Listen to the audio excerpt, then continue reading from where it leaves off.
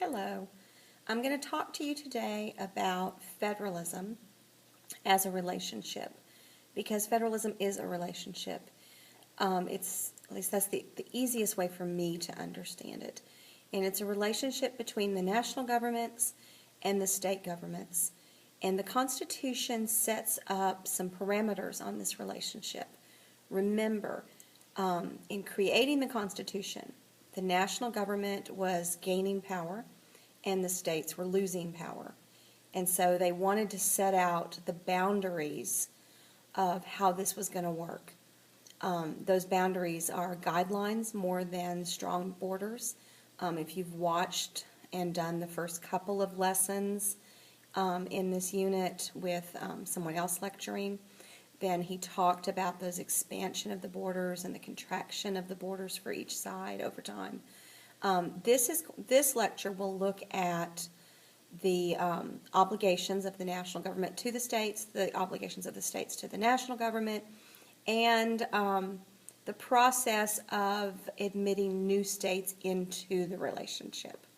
So hang on tight. I will try to keep it as short as possible, and the questions are in the last slide of this lecture. Now, the Constitution sets up 3 specific guarantees that the national government has to give to the states. The first of those is to guarantee a Republican form of government. Now that's small r, if you look on the slide, meaning this doesn't have anything to do with political parties. And the hallmark of a Republican government is a government in which the people elect representatives to make laws and express their wishes for policy and governance. So the national government guarantees that each state will be a republic, that we will hold elections, that we will have elected officials chosen by the people of the state in fair, open, and free elections. To give you a fairly recent example of this, the election in 2000 between Bush and Gore came down to the state of, come on, Florida. Everybody knows that one from history, right? Even though you were 4 when it happened. In that election, there were lots of mistakes made by Florida. Florida's election laws were a mess. They did not have consistency from county to county. Every county did it their own way, different kinds of ballots, different machinery. They didn't have a uniform system for recounts in the state, and so when Gore's camp asked for a recount, it was being done differently in every single county. And finally Bush looked at it and said, whoa, wait a minute, this is not being done in a way that's going to work well for me. And there were people for Gore that were concerned about the way it was being done, that there was no consistency. So it went into the court system. And eventually the Supreme Court ruled that the recount had to stop. And they declared a winner as of what had occurred to that date, which was the Friday before the Electoral College was going to meet on Monday. And lots of people questioned that, and they said, oh, this isn't appropriate. How could the Supreme Court decide the election? Well, how the Supreme Court could decide the election, let me see if I can make this work, was because of this guarantee right here, the Republican form of government. Florida wasn't doing its job right, and so the federal government intervened in that case. And whether you like their decision or not, it was their place to do it. Okay? The second guarantee is a protection from invasion and domestic violence.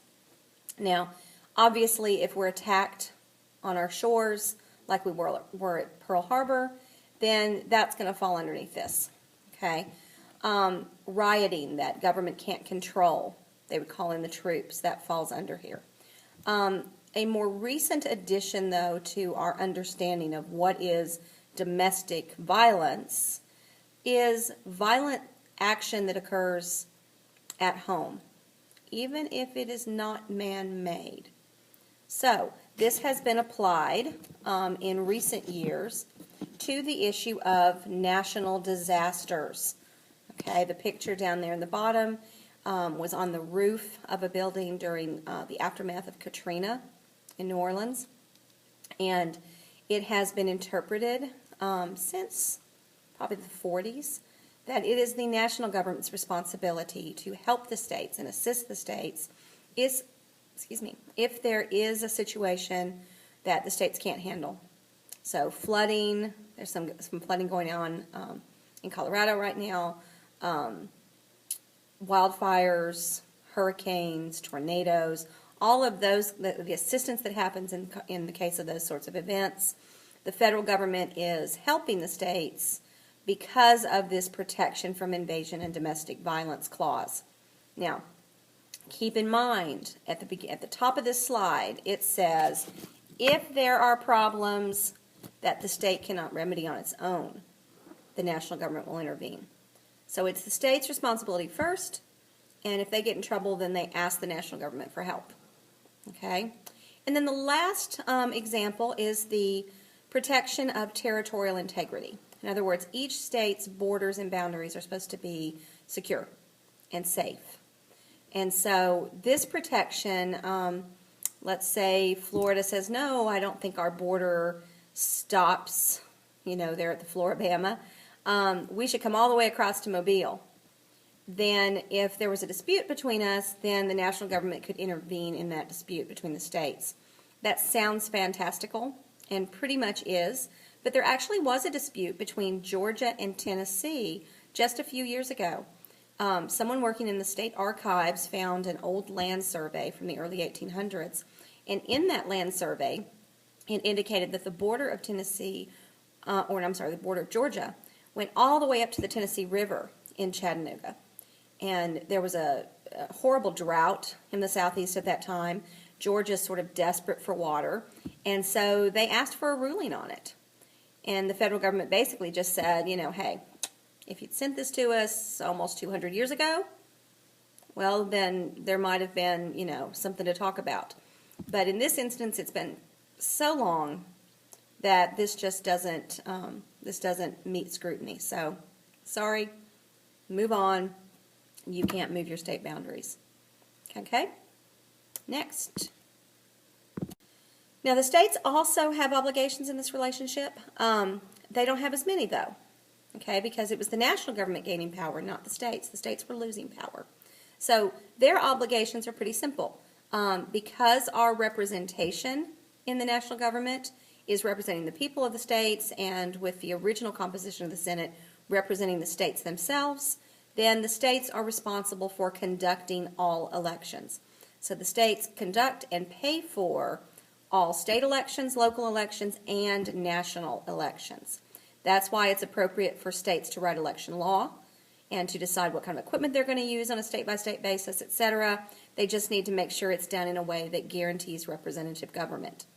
And that's why the national government doesn't make too many rules and mandate those down to the states about what the states can and cannot do, because this is an obligation of the states, not of the national government.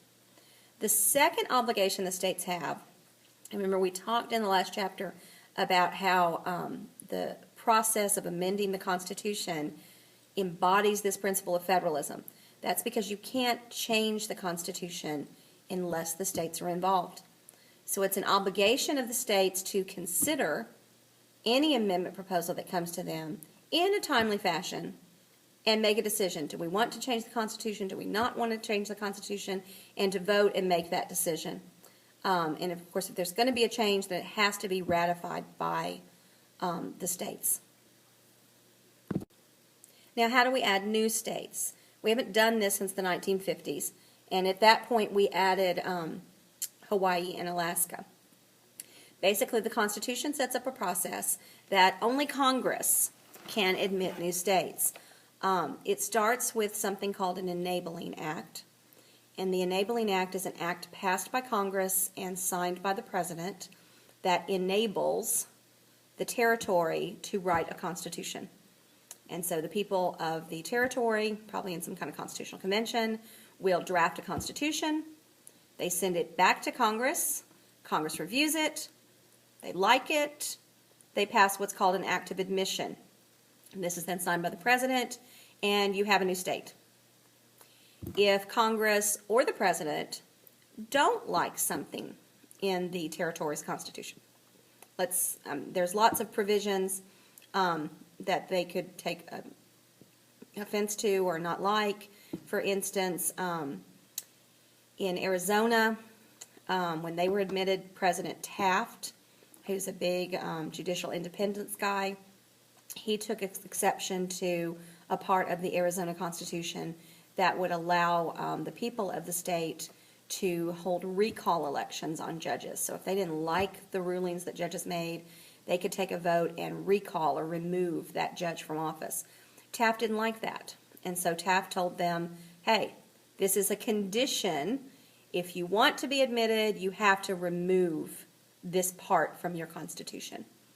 As another example, when Utah was admitted, they had a practice in Utah of polygamy.